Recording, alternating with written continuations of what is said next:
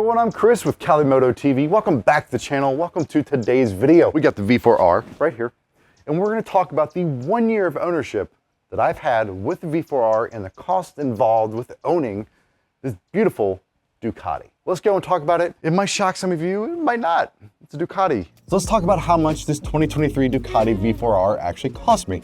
So to buy it, it's $44,995. It's the MSRP. Tax and title brought it to around $48,000 to $49,000. Arizona sales tax is crazy, so that's what you have to deal with. Now, what does that look like in terms of payments? Well, with I believe around a 6 or 7% APR, I had around $880, $882 as far as a monthly payment goes. Kind of steep. I didn't put anything down because I knew I'd pay on it and drop it down anyways, so that way I can stay ahead of the depreciation of it. When you talk about insurance, this thing is fully covered, and I have gap insurance of the MSRP, not the current present value of it, because I don't know if you've ever looked at that, but people have gotten screwed when they do the present value of their vehicle for a gap. They end up obviously losing a lot. So I had the MSRP, which costs more for insurance, which again is around $250 a month. Now, that seems high for a lot of people. At 39, I have a clean record. It's just, I use Geico. I know there's cheaper stuff out there, but I've had great experiences with them whenever I've had issues, so I kind of stick with that. But uninsured motorists in Arizona are a major cost out here, and because there's so many of them, your rates are higher in this state, unfortunately. And again, I have $100,000 to $300,000 for the bodily injury as well, so I have my insurance completely maxed out. If some of you out there know of better insurances, I'm all for it, especially if you've had good experiences when things go wrong. It's not just the rates, it's what happens when things actually go wrong, how they handle it. Had to deal with it with this bike, and they were fantastic, so that's why I use Geico. All right, so let's talk about the services. Now, obviously when you break in the Ducati, it's around 621 miles that you have to do the first annual service, and from the dealership, you're looking at around $530 for your first annual service, or your first service, and then your annual services are around the same price for that. It's fluids, filters, all that stuff. I know some of you will obviously say just do it yourself. When you own a bike like the V4R, Ducati is very picky about, getting it done at a certified place. And that's unfortunately what you're going to pay for with a bike like this if you want to keep the warranty intact. Now, some of you might argue one way or the other. I'm not here to do that. It's my personal opinion, it's how I go about things. I don't like fighting with dealers and manufacturers because it ends up costing a lot. So it's an oil change, it's expensive. This is the type of bike, what do you expect? Now, I know some of you are going to go, well, the Desmo service, that's the most expensive one. Yeah, it's around $2,500. That's what you're looking at for a Desmo service, and that's around 15,000 miles. So this is mostly a track bike for me, and some street. You'll probably have to do some of these services prior to that point. The annual service of 3,000 miles or what have you. If you run it a lot, you're going to want to do it more often, obviously. Now, also, if you do the exhaust and then you do the shell oil that goes along with it, that's even sooner. I believe it's 600 miles, or after every hard track day or race day, you might be able to get away with 2, and then you'll have to change the oil out again. So if you go that route, you'll be doing more services. Now, when it comes to the actual dry clutch, it's checked every service, and honestly, if you run it hard, you might want to check it far more often than that. Generally speaking, if you're racing this thing, they recommend 1,500 miles to replace the entire clutch pack.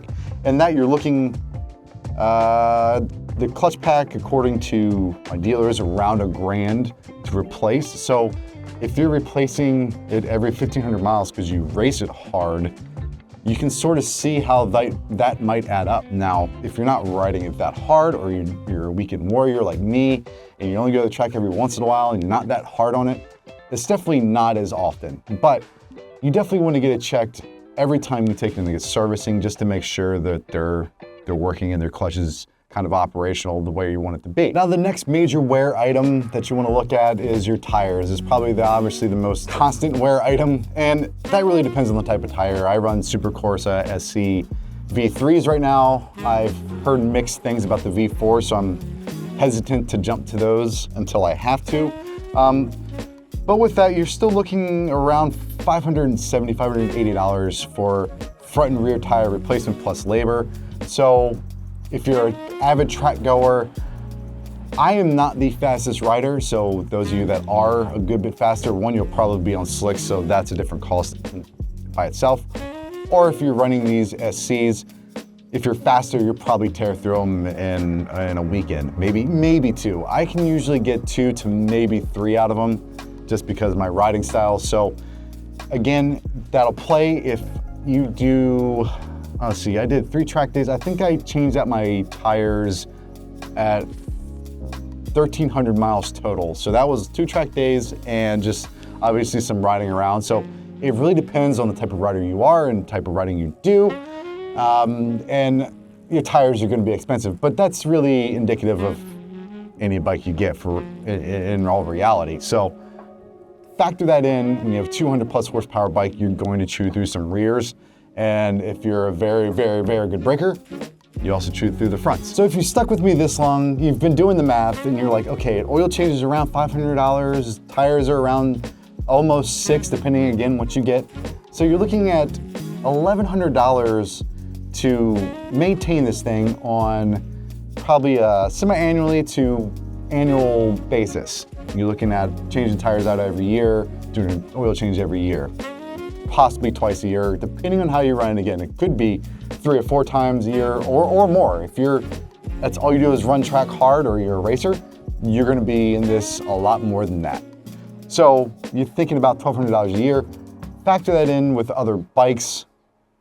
It's a little expensive, but not that bad. If you're a do-it-yourself person on a bike like this, you're gonna be far under that amount. But again, going through the dealership to make sure that you maintain a warranty, this is what you're looking at. Now, what happens when you go down? Or say your bike's in a trailer and the cleat in the bottom pulls out and the bike falls over, going around a turn and breaks the fairings, knocks all your windscreen off, breaks both mirrors, damages your front rim, and damages your front rotors. What would that cost, hypothetically? Well, if that hypothetical worst case scenario happens to you, you're gonna look at around $9,454.46. Again, hypothetically, this definitely never happened.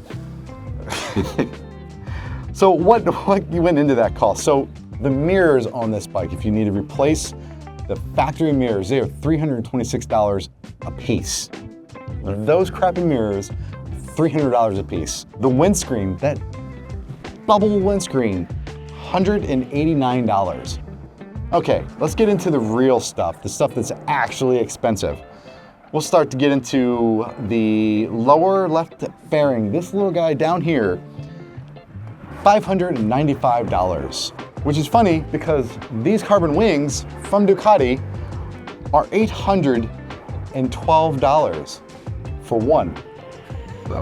So if you take your bikes to the track, I highly recommend getting a cheap pair or cheap set of race fairings with some plastic wings. So if God forbid you do go down or anything happens to them, you don't need to go through this and replace it. Still not the most expensive thing to replace here. That front rim is $2,900, that front rim. Rear's a little over $3,000. So yeah, moral of the story, if you track your bike and you tend to race it hard and push the limits, get race fairings. They're cheap, don't even paint them, then they're even cheaper. And keep your good fairings for the street. So if you're still with me now, and you haven't lost you at a couple grand to replace certain things, let's talk about what the overall cost of it. So you figure it's around $1,100 a month, every month, just to own and insure the bike. I haven't even talked about registration, which is $670 here in Arizona for 1 year. I'm looking at $13,200. So far, I've spent on just owning this bike to pay for the loan for the bike, $13,000. You add on a couple grand for tires and servicing, you're looking at about $15,000 a year spent on a bike like this. That is hard to swallow, 15 grand a year. You can get an R1M that's used and literally pay that bike off before you're even close to this one. So yes, Ducatis are expensive, especially when you get into this range. So if you watched this far, clearly you have some interest in a bike like this. Understand that this is just my approach, how I do it. You can put more money down if you want. You can always do the stuff yourself and save yourself some money there.